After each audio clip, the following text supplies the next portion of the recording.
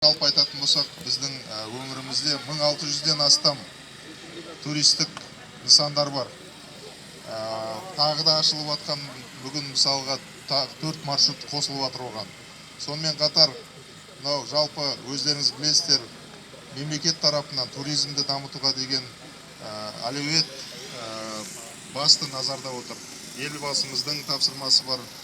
Үкіметтің тапсырмасына сәйкес қазір мемлекеттік бағдарлама қабылданды. Соның аясында өңірлерде, соның Түркістан облысында туризм дамыту ерекше назарға алынып отыр. Барлықтарыңызды бүгінгі іс-шарамен облыс әкімінің атынан шын жүрекпен құттықтаймыз. Жаңа біз Skyrunning оқушылардың спорттық жарысын старт бердік. Олар қазір таудан түскелі тұр. Жалпы бұндай фестиваль біздің өңірімізді дамытуға, көрші елдегі мемлекеттерге туризмді біздегі әлеуетті көрсетуге үлкен серпін береді.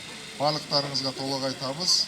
Осы фестивальді тиісті деңгейде өткізуге барлықтарыңызды шақырамын. Денсаулық, ең бастысы біздің өңіріміз, біздің туризміміз дамысын. Рахмет сіздерге.